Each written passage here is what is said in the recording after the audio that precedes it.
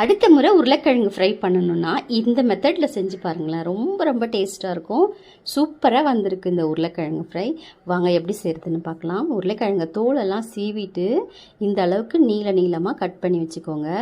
இது கூட உப்பு, மஞ்சள் தூள், 1 ஸ்பூன் குழம்பு மிளகாய் தூள், அரை டீஸ்பூனுக்கு கரம் மசாலா, சிக்கன் மசாலா, 1 ஸ்பூன் இஞ்சி பூண்டு விழுது, 1/2 லெமனும் பிழிஞ்சு விட்டுட்டு நல்லா கலந்து விட்டுடுங்க. எல்லா இடமும் மசாலா படுற மாதிரி நல்லா பிசைஞ்சு கலந்து விட்டுட்டு இதை ஒரு அரை மணி நேரம் ஃப்ரிட்ஜுக்குள்ளே வச்சுடுங்க.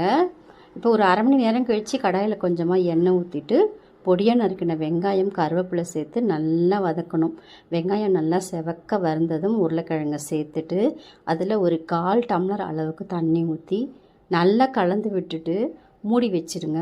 ஒரு 3/4 வாசி வெந்தால் போதும். ஒரு 75% வெந்ததுக்கு அப்புறமா ஓப்பன் பண்ணிவிட்டு ஸ்டவ்வை லோ ஃப்ளேமில் வச்சுட்டே 1 நிமிஷத்துக்கு ஒரு முறை அப்படியே கலந்து விட்டுடுங்க.